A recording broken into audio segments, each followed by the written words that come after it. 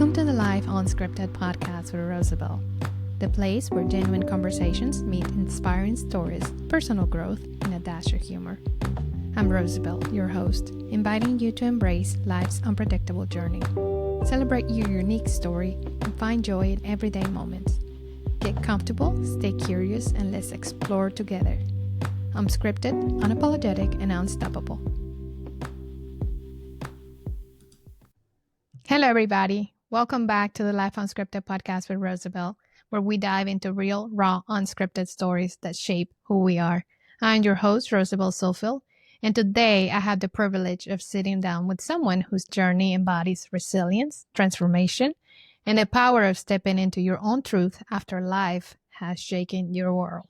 Today's guest is Lucille Barkman.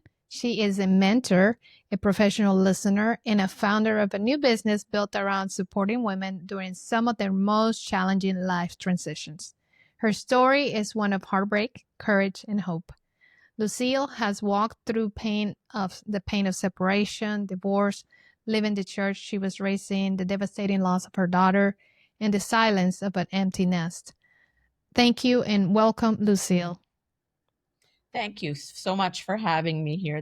Should be an interesting opportunity to talk about things that I haven't done a lot of talking about in public.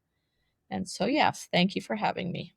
It is a pleasure. It's my pleasure to have you here. So, like I always say, let's start at the beginning. I actually went to your website and I saw that, you talk about, perhaps one of the things I saw there is that you mentioned that your life took a dramatic turn about 20 years ago when your husband left. Can you take us back to that time and what was going through your heart and mind during that chapter of your life? That was quite an upheaval. It's like my world just completely went up and then it came back down. But then I was no longer within the circle of the church I'd grown up in and the church that we were a part of, like we were members of. Looking back, he got involved with my first cousin. So those first years were like a road to hell and back again. It was just an emotional roller coaster because I didn't trust her. I didn't particularly like her, and my children were going, they were living together. My children were going to her place. I didn't know for sure, would they be safe? What would happen? We were conservative Mennonite, so, we dressed a certain way, and then they would go there and they weren't Mennonite anymore, and that tremendous emotional upheaval going on inside of me. But now looking back, I also realized that it took me many years to realize this, but I also struggled with something that was called CEN, childhood emotional neglect. So because of that, I did not feel or really have any emotions around my husband leaving. I mean, there was basically what there was a yucky feeling in the pit of my stomach all the time. I didn't cry. I didn't get angry. I didn't, you tried to be the good wife to me. Maybe he would come back. Maybe he would change. If that would happen to me now, there'd be a lot more emotions involved and frustration and anger and crying probably. And I think in a way, I'm glad that I was emotionally shut down because I don't know that I could have handled feeling all of the things that go with such an emotional happening. Right. There's so much going on. And also to involve betrayal from a close family member. I can only imagine what would that be like. And it was my first cousin. We all went to church together. Our kids played together. Yeah, no, when I think about it now, it just gives you the shudders. And you were left raising 3 daughters on your own while also dealing with the emotional fallout of the divorce. What do you think helped you push through those overwhelming moments? Honestly, I don't know if I can actually say, but there was clearly something inside of me, due to the fact that I actually didn't feel and have emotions. I can't exactly say how that all happened, other than there was clearly something inside of me that there was no option that I wasn't going to move forward and overcome this. I mean, I wasn't going to stop and crawl under the blankets and stay there and Right. my world. Like that wasn't even an option. Right. I can relate to that in many ways. Now, one of the most courageous parts for me of your story is the decision that you make to leave your faith, the faith that you were raised in, because that is such a deeply personal and difficult choice. Yeah. But I want, for those who don't know, what led you to that point and how did that impact your identity and perhaps your future relationship or your relationships at the time? So my marriage fell apart first. And like I said before, it went up.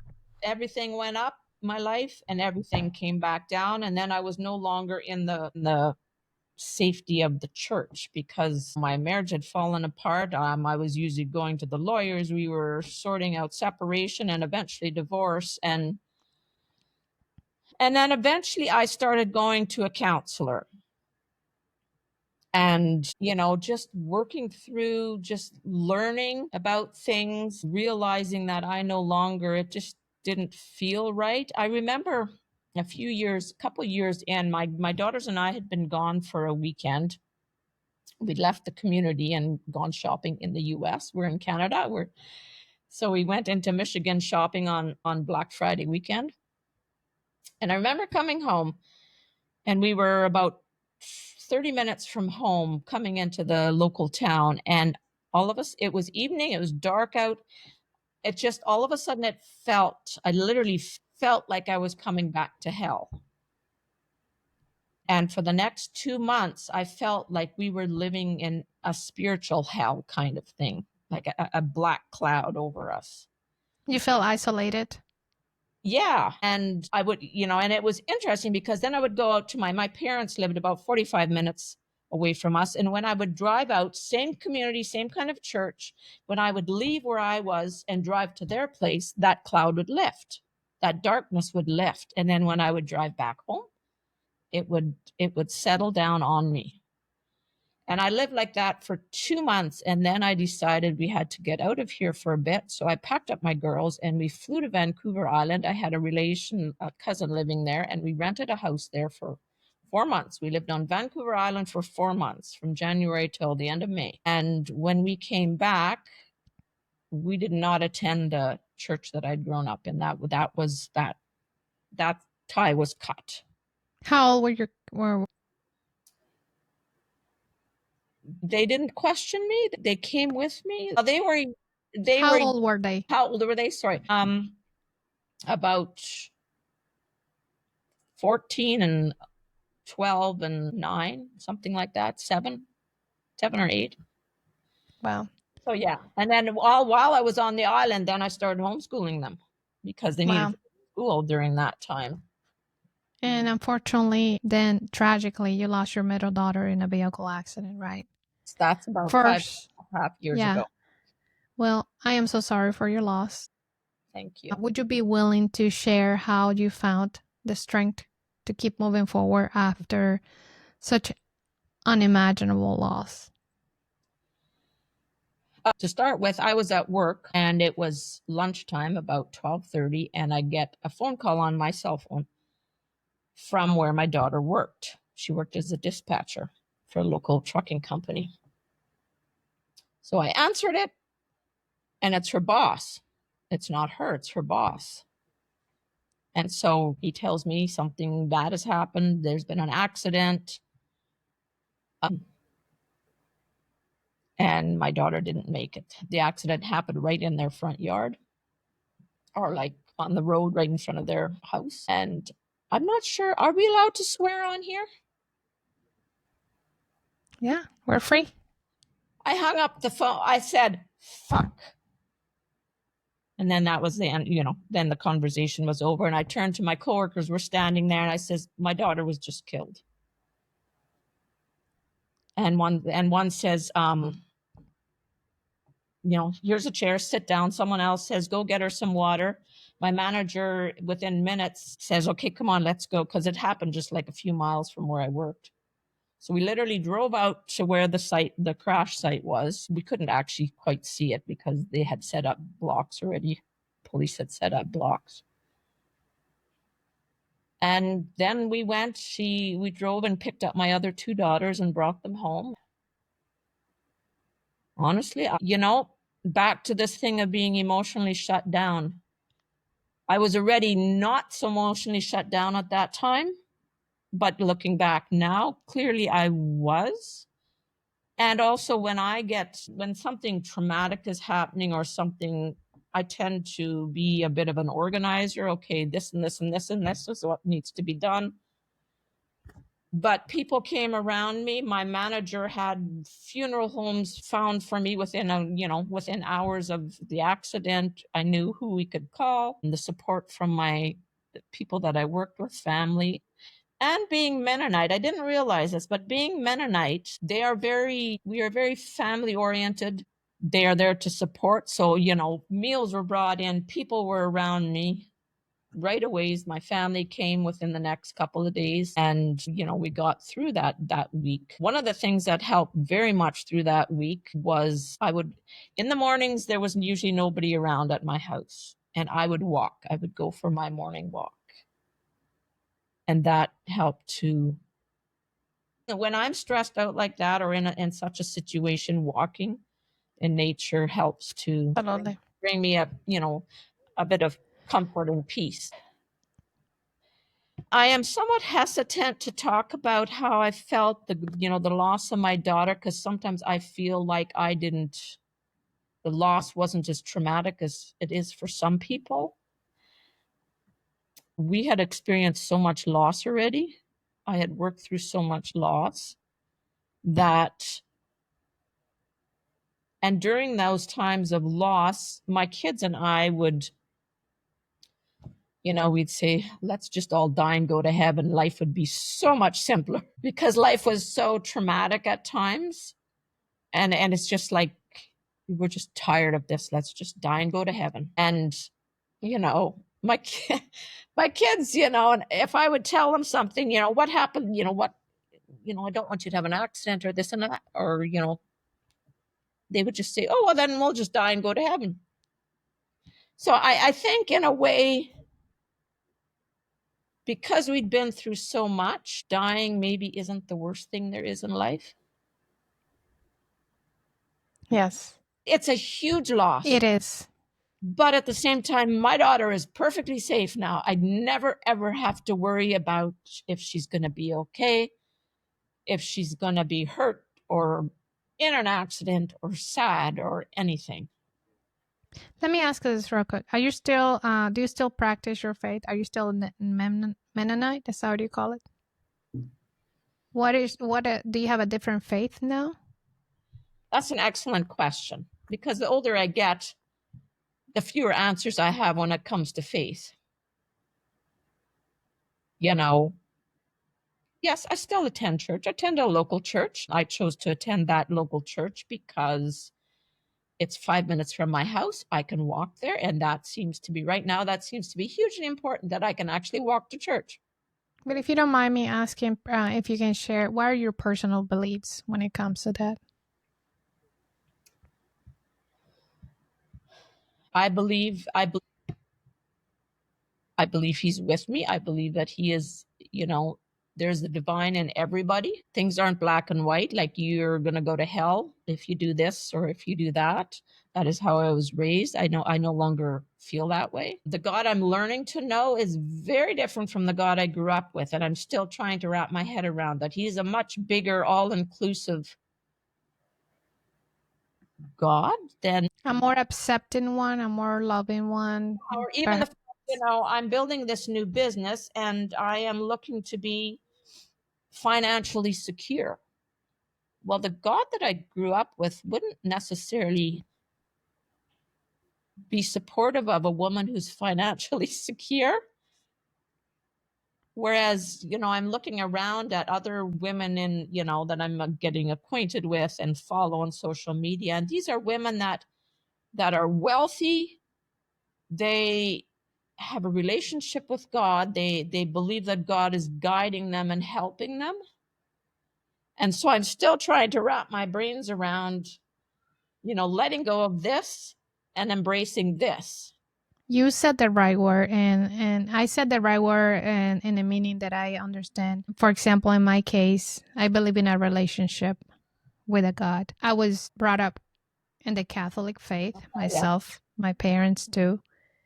But then as there was a shift in my father, and then he became a Christian evangelical. Okay. There were changes. So I kind of grew up in between the two. And then later on in life, I will probably consider myself a Christian, non-denominational, and someone who believes, in God, in a God. I believe in Jesus Christ, the Bible, and so on. And yes, I believe in that relationship, in that personal relationship with a Savior. So it is interesting because faith in general, it makes a big part of perhaps that pillar that helps us overcome things in life or different situations. Also, you mentioned the loss. Recently, I have learned this when it comes to grief. In my case, and I just want to give you a little bit of background, I lost my mother when I was 17, right? And so when you mentioned that you felt like you already have lost so much, it was kind of like that exactly happened to me. I felt like something hardened here in my heart. Okay, I lost her. And then I immediately started just organizing things. Now, I will tell you this, 3 months, one day, 3 months later, I kind of broke down. I don't know if that ever happened to you, where there was a moment when you felt like it finally hit you later on. That was my case. So about 2 years after my daughter died. So my daughter died in November 2019. Then COVID hit March 2020. And then 2022, the store that I worked for closed due to COVID and that kind of thing. And I decided that I'm not going to take the next job available to me. I'm going to make use of the unemployment and just rest. Right. My body physically, when I made that decision, my body physically shut down. The last 2 weeks that I had to work, I would drive to work. I couldn't go faster than 80 kilometers an hour. Like, my body was so worn out.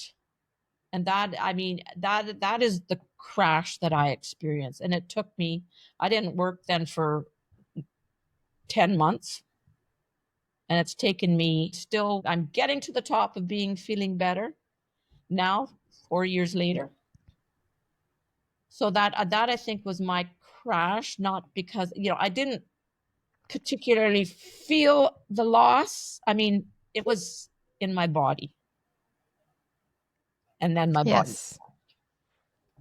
Yes, and so again, as far as learning, like I mentioned, whenever we mention the word loss in general or grief, most people, we immediately think death, right?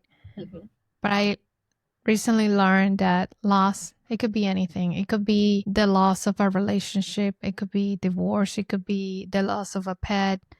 It could be a friendship that not longer, the loss of a mentor, and not necessarily that they're dead. Even like having a family member that perhaps has a debilitating disease like dementia and they're not longer there for you. Those things. So many things that can present in our lives as grief and loss and so much more. Yeah. No, and so I agree with that. They weigh down on us. And so by the time I lost my mother, so I know exactly what you're saying. I felt like I already lost so much. We lost our home. We were robbed. My dad wasn't the same. There was so much. And as you go through this traumas and these difficulties in life, as they keep happening, perhaps did you ever ask yourself, what is the worst that could happen? The question ever came. No, I never asked that. But what I am grateful for, that my daughter died. What would be worse is having your daughter kidnapped. Or perhaps that she was in a coma or paralyzed or something, and you're still with that anguish. Yeah. So I see perspective, looking at the bright side, different things. My case, for me, at the moment I lost my mother, I felt that that was the worst that could happen to me at the time. And so for some reason that gave me an impulse to try new things, to do new things, to be like, well, what's the worst that can happen? I felt like the worst that could ever happen to me already was. And so that gave me so much more, and it's just so much. But there's something that struck me that you said, I think I read it in your website, that you said that we must learn how to ask for help. Can you talk more about that and why you think that's so hard for women and how can we change that?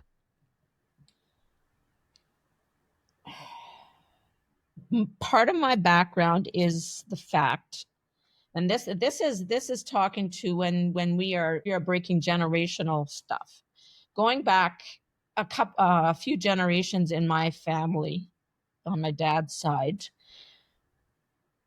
Parents passed away, leaving the children alone to fend for themselves. So this thing, there's nobody to help me, so I have to do it on my own. That has been a big thing passed down in the generations and to me. And that together with walking away from the community I grew up in, it's just like I'm alone. And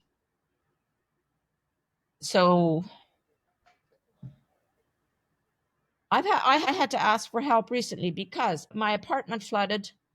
And while I was trying to clean up, my legs slipped out sideways and I sprained my knee good and proper. So I'm 4 weeks in on getting my knee healed. So thankfully, there were people that offered to buy me groceries because I couldn't drive to the grocery store. I had to call my daughter. Can you come pick me up and take me to the hospital? Can you pick me up and take me to the doctor? But it's just like, it feels like we're imposing on people. Yes. And I don't mind if people ask me to help them out a bit. No, I don't want to do all your work for you, but if you need help, then yeah, of course. Absolutely. So, there's something about, by not asking other people for help, we're also not giving them the opportunity to help others out. Yep. That is exactly right. There's There's so many times that I have wished that people will come to me and ask for help. Because you're right. There's so many people out there that's willing to give. Mm-hmm. And if you don't ask, you don't receive. Yeah. Now, tell us a little bit more about that business that you recently launched. Like, I want to know what inspired you to create it. What kind of support do you offer for women who are going through tough transitions? Or tell us more about that. So for the last, 15 years probably, I began to realize, or 15-ish years ago, I began to realize I had this, I call it the thing inside of me. It was like here. And I had no clue what that was. All I knew is that I wanted to help women, use my experiences to help women. No idea how that was. Over the years, I would try to figure out, what could I do? What could I get involved in? What could I volunteer with? What kind of work could I get into? And I would get so terribly frustrated because I didn't know what to do with it. And I didn't seem to ever get anywheres with it. And I was just doing the same thing over all the time. And the work that I was doing, I didn't like. And then last year, I had the opportunity to have a free interview with a woman I was following on Facebook. She had posted something about something that resonated with me in connection to this feeling I had that something about that we can do something with this passion we have, this feeling we have in our lives. And so I had the interview with her and she says, yeah, of course you can. You can do something with that. You can create a business like this and offer something. And so I have never been so happy in my whole life, I don't think, as when she told me that. And finally, I realized that I can do something with it. It is not what I've been looking. It's not the work I'm going to do. It's not, volunteering. It is a specific thing that I could create and offer. And so I started working with a local coach that I knew. And then I got onto another coach that has helped me build a business using my experience my life experiences. And so what I have to offer people is basically a listening ear. And I can help guide them to help talk them through to what next steps. I'm not here to fix you. I'm not a counselor. I'm here. I can offer support, and I can help you figure out what you can do next to keep moving forward. That might resonate with so many. I know so many people out there who all they want is someone who can listen in a non-judgmental way, who can say, I can truly understand what you're going through, not because I say I understand, but because I actually been through. I mean, you walk through pain, loss, betrayal, spiritual disconnection, and yet here you are offering healing to others. Mm-hmm. So what message do you hope that women, even men listening today, can take away from your story? You can move forward. You don't have to stay stuck. And there are more answers to life than we are often told about. It may take time to figure things out, but you can. There are many answers available. It just may take time, and having the right support with you to help you walk through while you figure out what those answers are.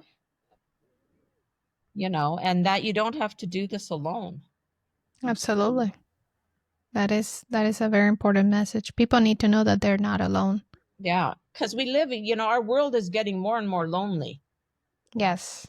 Because there's even countries that their healthcare systems are starting to change because people don't have family. People are, they've chosen to live alone. And how is healthcare gonna, as they age, what's going to happen to them, if they don't have family? So yes, we need to maybe take up, go back in time a little bit and bring some of those things back to the present, because the community,